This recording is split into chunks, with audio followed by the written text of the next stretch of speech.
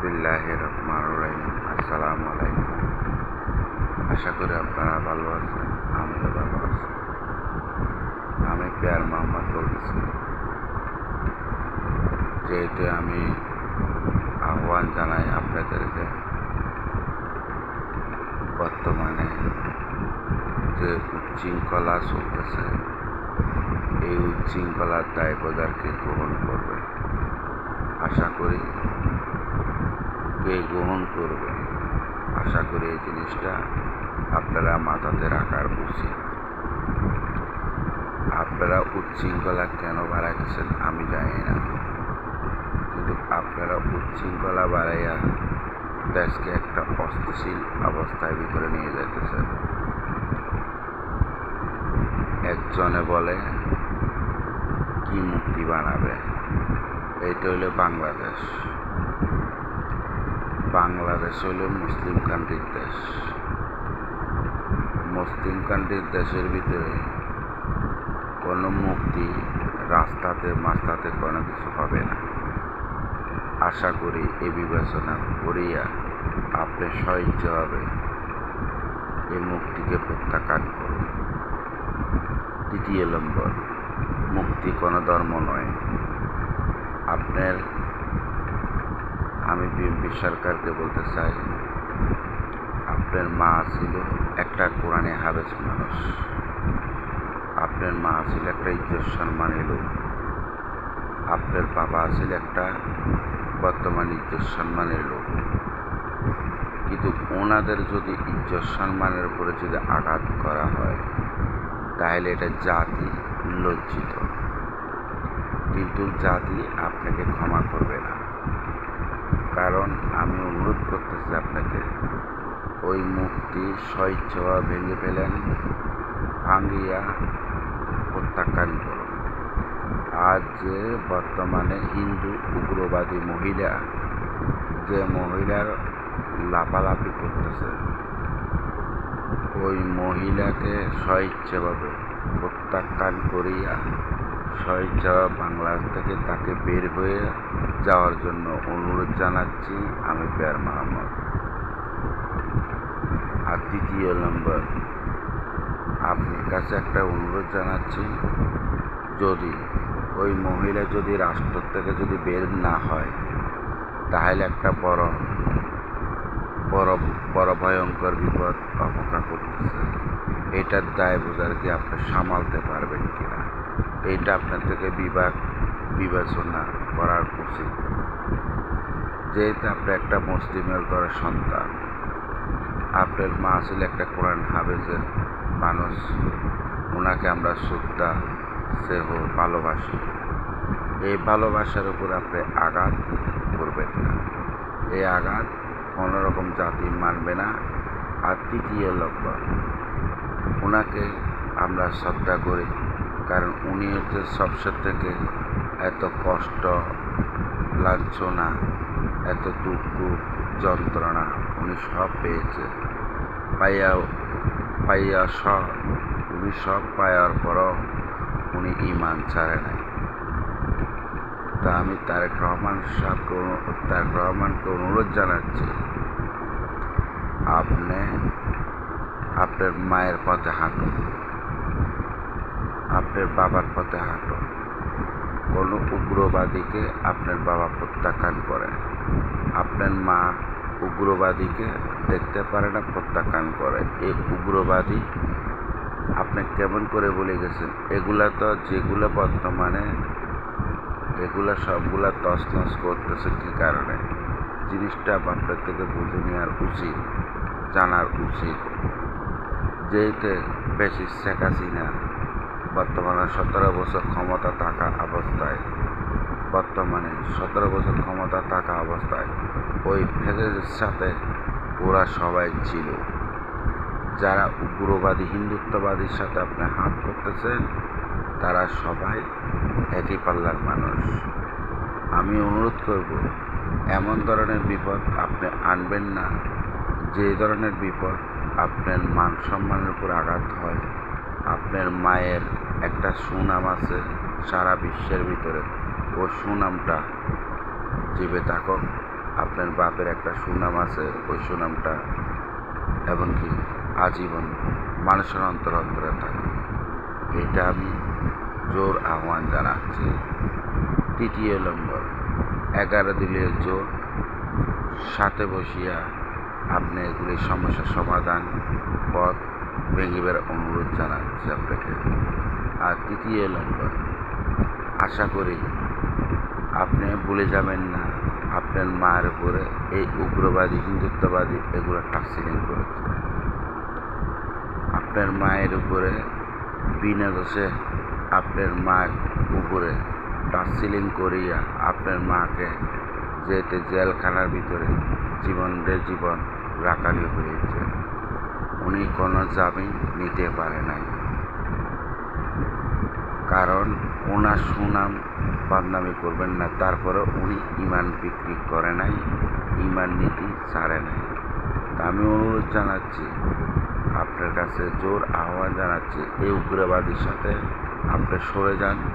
উগ্রবাদী হিন্দুত্ববাদী যে মুক্তিটা বানাইতেছে ওই মুক্তিটা ভেঙে ফেলান, এটা জোর আহ্বান জানাচ্ছি। এইটা নিয়ে একটা আপনাকে 30 বাজি ভিতরে ফেলিয়া দিল্লি একটা তামাশা গেম খেলতেছে। এটার বিভাগ কিন্তু আপনার ভিতরে থাকার উচিত, জ্ঞানও থাকার উচিত। আপনি একটা জ্ঞানী লোক, আপনি একটা শিক্ষিত লোক। আপনি শিক্ষিত লোক হইয়া আপনি অমূর্খর কাজ করবেন না, অনুরোধ জানাচ্ছি। কিন্তু এই ধরনের কাজের জন্য বহুত বড় ভয়ঙ্কর বিপদ আসতে পারে। ওই সময় কিন্তু জামাতও থাকবে, এনসিবিও থাকবে, সুন্নি জামাতও থাকবে, এনসিবিও থাকবে, শিবিরও থাকবে, জাতীয় নাগরিক পার্টিও থাকবে, কিন্তু 11 দিনের জোর যা আছে সবগুলো থাকবে। ওই সময় কী হয় আমি জানি না। আমি আপনাকে অনুরোধ জানাচ্ছি, স্বইচ্ছাভাবে আমি জাতির কাছে অনুরোধ করতেছি, আশা করি জাতির বিজ্ঞা দেখিয়া আপনি ওই জিনিসটা ভেঙে ফেলান। ভাঙিয়া স্বইচ্ছাভাবে, ওইটা মুসলিম কান্ট্রির দেশ, ওরা যদি যদি মানবের ইচ্ছা থাকে তাহলে ওরা ওদের স্থানে ওদের স্থান থাকুক। কিন্তু মানুষের নামাজ পড়বে, কালাম করবে, কে কোরআন তেলাওয়াত করবে, কিন্তু এই ধরনের মুক্তি দেখিয়ে মানুষ করতে পারবে না, কারণ জাতি কোনো রকম মানবে না। আমি অনুরোধ জানাচ্ছি এই জিনিসটা বিবেচনা করিয়া আপনার থেকে সমস্যার সমাধানের পথ আনিয়া এটা স্বইচ্ছাভাবে ভেঙে ফেলার। আর তৃতীয় নম্বর, উগ্রবাদী হিন্দুত্ববাদীর সাথে কোনো সম্পর্ক রাখবেন না, কিন্তু আপনার মান সম্মান কোন রূপগঞ্জে পৌঁছবে এটা আপনি নিজে জানেন না। আমি পেয়ার মোহাম্মদ বারবার ওই সরকারকে তাল বিতাল পথে হাঁটার পরও আমি ওই সরকারকে একচুল কোনো সারি দিই, কারণ এই জিনিসটা হইল যে আল্লাহর দাঁড়িয়ে জিনিস, এইটা কোনো শেষ নাই। আর তৃতীয় নম্বর, উনিও বহু চেষ্টা করেছিল আমাকে মারার, আমাকে ধরার, আমাকে বহুত কিছু করবে। দেখেন, আমি অলি আল্লাহর পক্ষে, এমনকি আমার নবী রাসূলের মানকে আমি এখনও বর্তমানে রেখেছি। এই কারণে আমি পেয়ার মোহাম্মদের সুনাম অলরাষ্ট্র ভিতরে আছে। কী কারণে সুনাম? একটা সরকারের সুনাম কিভাবে হয়? এই নামে হয় না। আর আপনি একটা সরকার কার মারফত আপনার দামটা আসবে? আমি পেয়ার মোহাম্মদের মারফত আপনারা দামটা আসবে। এই বিভাগটা আপনারা থেকে রাখার উচিত। আর যদি এটা বিবেচনা যদি আপনি না করেন তাহলে মরমের পরে কী হবে এটা আমি জানি না। আমি সতর্ক করতেছি, আশা করি আপনি বিবেচনা করিয়ে এটা সমস্যার সমাধান করুন। আর তৃতীয় নম্বর, একটা মানুষকে কয়জন রাষ্ট্র চিনে বলতে পারবেন? একটা সরকারকে কয় রাষ্ট্র চিনে জানাতে পারবেন? একটা সরকারকে কত রাষ্ট্র চিনে বলাইতে পারবেন? পারবেন না। আমি পেয়ার মোহাম্মদ, আমাকে 220 রাষ্ট্র থেকে নিয়ে স্বরাষ্ট্রপতিত আমি প্রিয়ার মোহাম্মদের শুধু ছবিটা দেখা চেহারাটা দেখলে বুঝতে পারে, এটা বলা লাগে না। তা আমি অনুরোধ জানাচ্ছি এই জিনিসটা বিবেচনা করিয়া আপনার সমস্যার সমাধান করুন। আপনার মা ওনার মতন নামাজি কালাম এবাদত চিনতে গিয়ালা মানুষ এখানে পৃথিবীর বুকে তার নাই। আল্লাহ ওনাকে ব্যস্ত নসিব করে দাও, ওনার কবরকে আল্লাহ জান্নাতুল বাকা বানাই দাও।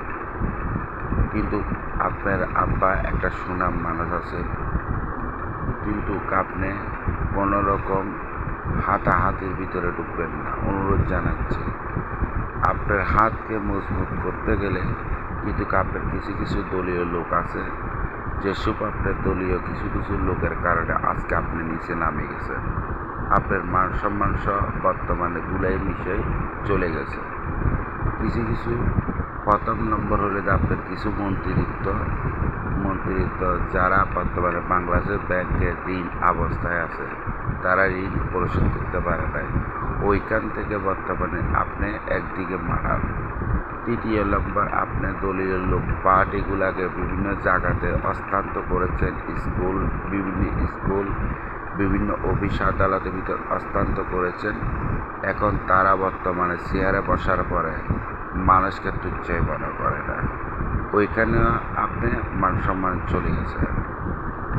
আর তৃতীয় নম্বর, প্রত্যেকটা স্কুলের ভিতরে পড়ালেখা করে না, সরকারি টাকাগুলা লুটপাট করে খেয়ে ফেলতেছে। ওইটা আপনি বন্ধ করতে পারেন না। তৃতীয় নম্বর, একটা ব্রিজের নিচে যদি মাটি না থাকে ওই ব্রিজটা তো এমনি পড়ে যায়, তাহলে ব্রিজ পর্যন্ত বাদ দিতেছে না, ব্রিজের নিচে মাটি পর্যন্ত বাদ যাচ্ছে না। এমনকি কোনো রাস্তাঘাটে মাটি মুটি কোনো কিছু বাদ যাচ্ছে না।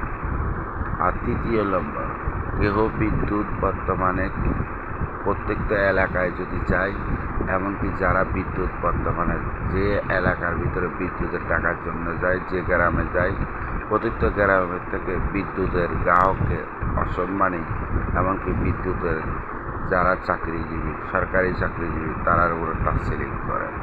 ওগুলো বন্ধ করুন আর তাদেরকে বিদ্যুৎ দেওয়া বন্ধ করুন। যেখানে লাইন কাটবেন ওইখানে কোনো বিদ্যুৎ দিবেন না, আর ওইখান থেকে মিটার সহ নিয়ে ফেলবেন। কোনো গ্রাম অঞ্চলের ভিতরে যেখানেতে এমনকি ফালাফালি করতেছে ওইখানে সম্পূর্ণ লাইন বন্ধ করা হোক, আর কোনো সময় তাদের লাইন দিতে পারবেন না। আর তৃতীয় নম্বর, আপনার যে কিছু কাজকর্ম এটা কিন্তু ভালো লাগলো না, যেতে বাংলাদেশের ভিতরে একটা পর একটা জিনিস আপনার থেকে বোঝার উচিত। তাহলে বাংলাদেশকে আপনি নিরাপত্তার দায়িত্ব দেওয়া হইল আপনাদের। কিন্তু আপনার কিছু কিছু মন্ত্রীর কারণে, কিছু পার্টির কারণে, কিছু প্রশাসনের কারণে, এমনকি চাঁদাবাজি, টেন্ডারবাজি, দখলবাজি, লুটবাজি এগুলো কোনো রকম বন্ধ হয় নাই। তৃতীয় নম্বর, নিশে মাদক এমনকি কোনো কিছু বন্ধ হয় নাই। এটাকে কী অবস্থা দেখেন আমি জানি না। বর্তমানে এগুলোর সমস্যার সমাধান চাই। আর বর্তমানে অনুরোধ জানাবো, বিভ্রান্তি সৃষ্টি না করে সমস্যার সমাধানের পথে আসুন। মারামারি করলে কিছু হয় না, কিলাকিলি করলে কিছু হয় না। বোম একজনে মারতে পারে, আরেকজনে শেষ করতে পারে, কিন্তু বোম মারলে বোম শেষ হয়ে যায়। কিন্তু মানুষের এই বোম শেষ হওয়ার পরে লাস্টে তাহার রাজনীতি ভেঙে যায়। এটা প্রত্যেকের বুঝার উচিত। আসসালামু আলাইকুম রহমতুল্লাহ বারাকাতুহু। লা ইলাহা ইল্লাল্লাহু মুহাম্মাদুর রাসূলুল্লাহ। আল্লাহু আকবার।